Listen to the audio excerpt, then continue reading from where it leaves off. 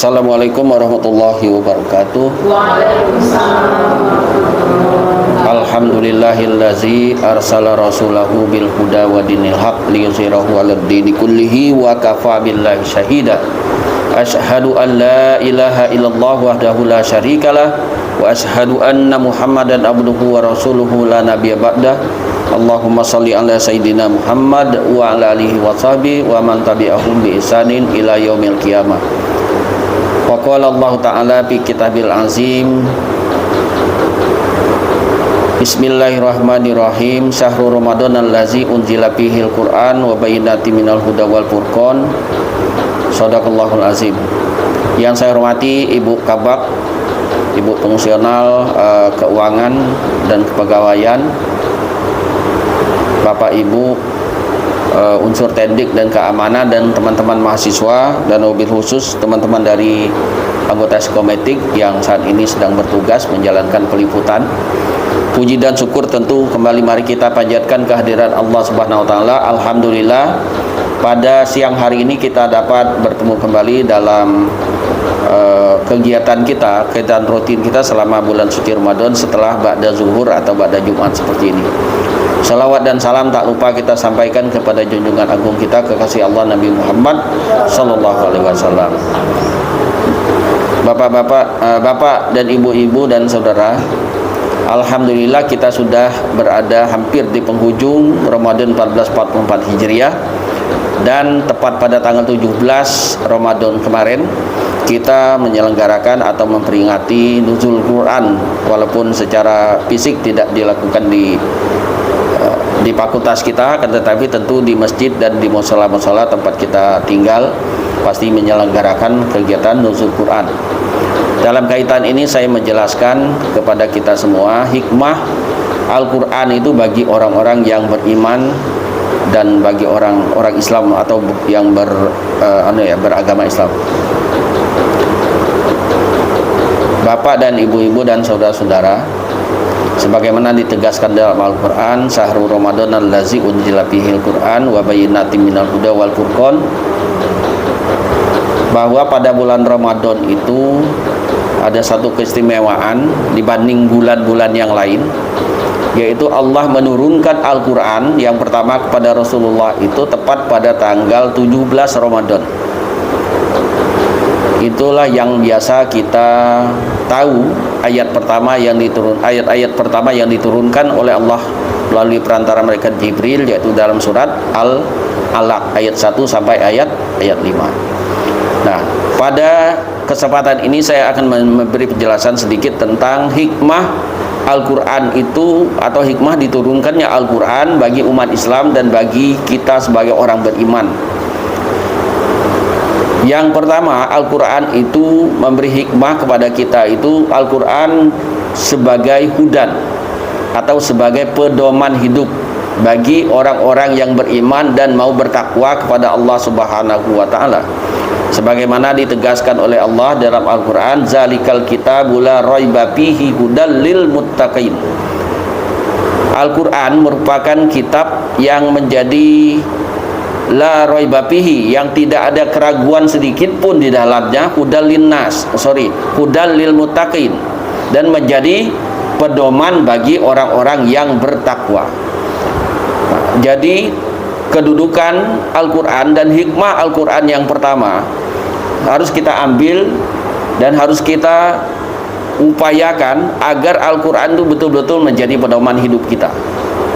Banyak teori-teori, banyak pendapat, banyak pemahaman selain dari Al-Quran, tetapi Al-Quran secara tegas menegaskan, Allah menyatakan di dalam Al-Quran itu la raiba fihi, tidak sedikit pun keraguan di dalamnya. Ada orang-orang tertentu, misalnya kita kenal hari ini ada pemahaman misalnya, atau ada aliran misalnya kapitalisme, kapitalisme, sosialisme, termasuk komunisme, itu yang dianggap sebagian kelompok masyarakat di barat sana adalah sebagai pedoman hidup mereka. Akan tetapi 14 abad yang lalu Allah telah menyatakan secara tegas bagi kita bahwa Pedoman hidup kalau kita ingin menjadi orang yang bertakwa tidak lain adalah Al-Quran, ya. Makanya kawan-kawan, Al-Quran itu mesti jadi pedoman bagi kita. Pada hari ini kita kadang-kadang menjadikan Al-Quran itu hanya sebagai penguat pendapat kita saja. Misalnya dalam tulisan akhir dari seorang mahasiswa, kadang-kadang misalnya bagaimana healing itu menurut konsep psikologi Islam, kemudian menurut konsep psikologi konvensional, tetapi tidak diadopsikan atau tidak dialektikakan dengan nilai-nilai Islam itu, sehingga terkesan bahwa nilai-nilai yang tercampur yang ada di dalam skripsi itu hanya sebagai pelengkap saja yang terkait dengan keislaman itu, tapi lebih fokus kepada nilai-nilai yang berasal dari psikologi konvensional. Seharusnya itu merupakan satu rangkaian, karena Islam tidak mengenal istilah dikotomi ilmu, karena ilmu semuanya berasal dari Allah Subhanahu wa taala. Al-haqqu mir rabbik, kebenaran itu berasal dari Allah atau berasal dari Tuhan. Makanya kawan-kawan, kita mesti menjadikan Al-Quran sebagai pedoman.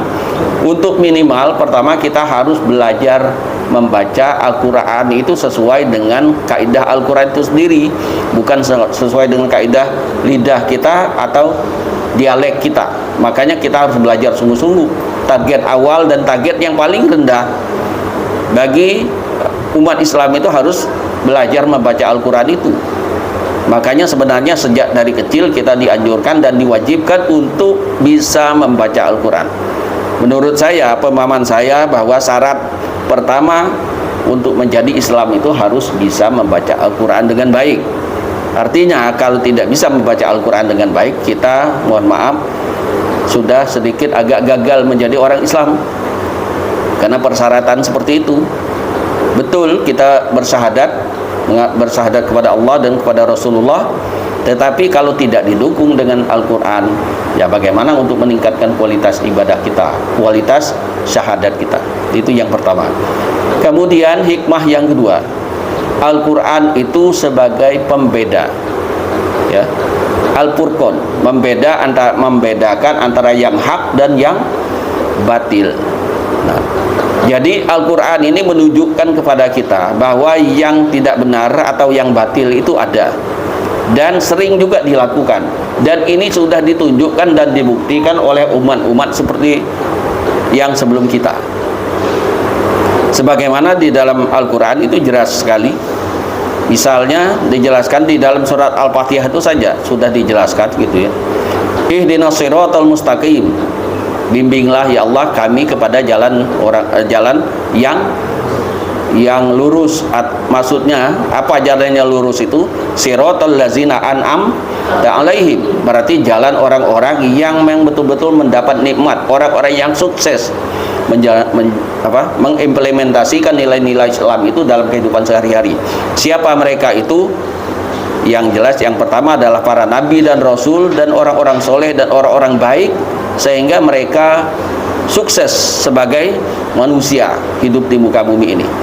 Kemudian yang kedua, nah ini contoh yang benar, bahwa Al-Fatihah saja sudah menjelaskan seperti itu, dan ini kita baca setiap hari dalam sholat kita. Kemudian yang berikutnya, ghairil maghdubi alaihim waladdallin, bukan jalan atau bukan cara hidup orang-orang yang celaka dan orang-orang yang tersesat gitu ya. Nah, jadi Al-Quran itu membedakan bahwa betul ada yang hak, ada yang batil.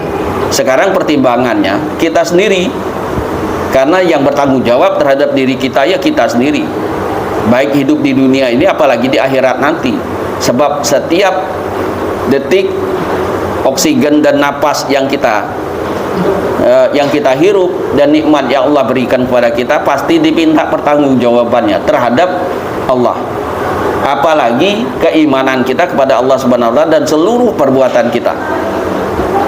Makanya Al-Quran itu membedakan ini yang benar dan ini yang salah. Salahkan kita memilihnya. Mengapa kok Allah tidak menyuruh kita harus memilih yang benar semua? Disitulah keadilan Allah Subhanahu wa taala. Berarti Bapak Ibu dan teman-teman, surga yang kita istilahkan itu sebenarnya adalah sesuatu yang diusahakan. Jadi surga dan neraka itu adalah produk akhir, istilah Pak Uyun itu luaran dari aktivitas kita selama hidup di dunia ini, outputnya seperti apa.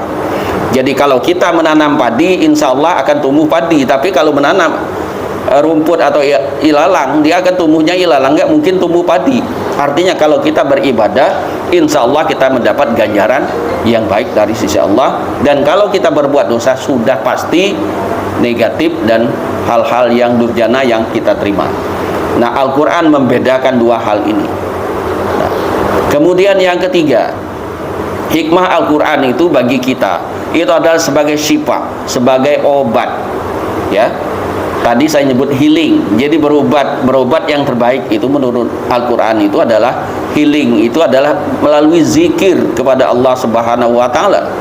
Ya. Wa nunazzilu minal Qur'an ma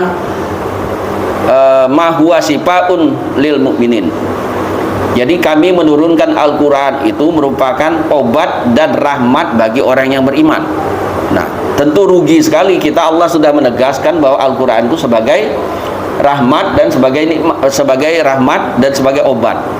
Artinya untuk mengobati penyakit kita ini sebenarnya paling rawan. Penyakit yang paling parah itu sebenarnya bukan fisik, adalah tapi penyakit batin.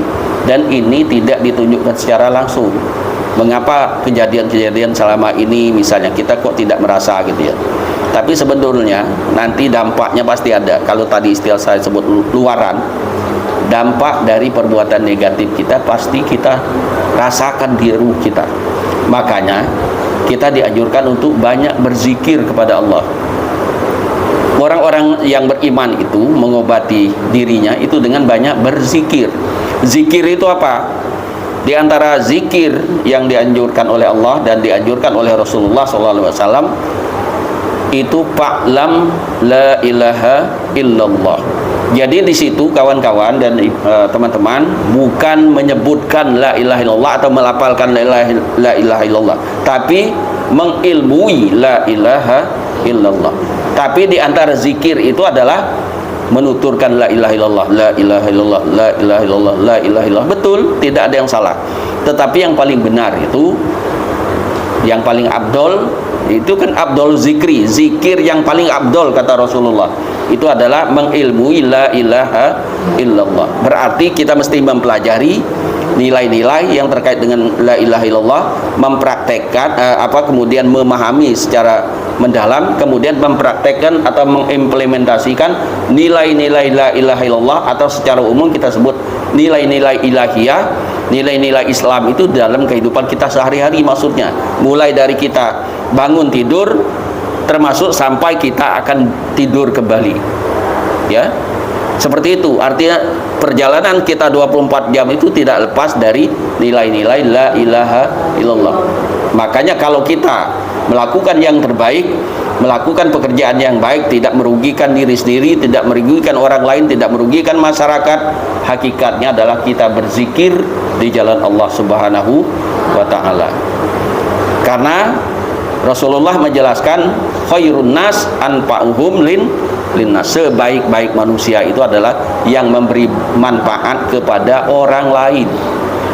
Makanya apapun yang bisa kita perbuat, sekecil apapun, niatkan ini niatnya untuk taat kepada Allah, karena itu merupakan bagian dari zikir kita. Al-Quran itu mengingatkan kepada kita bahwa dia sebagai obat dan sebagai rahmat. Kalau lagi galau, baca saja Al-Quran. Betul, pengalaman saya sering kalau lagi galau itu baca Quran itu nanti hilang sendiri, terhibur sendiri. Memang nilai Al-Quran, disitulah mukjizatnya Al-Quran, kelebihan Al-Quran. Dan salah satu mukjizat yang terbesar yang diterima oleh Rasulullah SAW adalah Al-Quran. Makanya yuk mari kita menghidupkan nilai-nilai Al-Quran ini ke dalam diri kita agar menjadi obat dan rahmat bagi pribadi kita, baik secara fisik maupun dari sisi psikis atau rohani kita. Mudah-mudahan perjalanan kita menjadikan Al-Quran mulai dari sebagai pedoman, kemudian memisahkan atau membuktikan kepada kita bahwa Al-Quran itu jelas menguatkan hal-hal yang bersifat positif atau yang bersifat hak, dan menafikan dan menyangkal hal-hal yang bersifat negatif atau yang kita sebut batil. Kemudian mari kita jadikan Al-Quran sebagai obat dan rahmat bagi kita. Mudah-mudahan perjalanan hidup kita mulai hari ini dan ke depan akan berangsur lebih baik, dan pada akhirnya kita dipanggil oleh Allah Subhanahu wa taala itu dalam keadaan husnul khotimah dan mendapat ridho dan ampunan Allah Subhanahu wa taala. Teman-teman, demikianlah hal yang dapat saya sampaikan pada kesempatan ini. Mudah-mudahan informasi yang saya sampaikan ini mampu menggugahkan kita dan lebih menguatkan kita untuk terus menggali nilai-nilai ajaran Islam itu. Semakin digali itu akan semakin dangkal yang kita miliki. Jadi belum ada apa-apanya. Jadi kalau sudah ada yang merasa semester 9, semester 10 merasa hebat atau bahkan sudah jadi doktor segala macam, saya nyebut diri saya sendiri nggak ada apa-apanya. Ajaran Islam itu luar biasa dan nilai-nilai keislaman itu sangat luar biasa. Demikian, wassalamualaikum warahmatullahi wabarakatuh.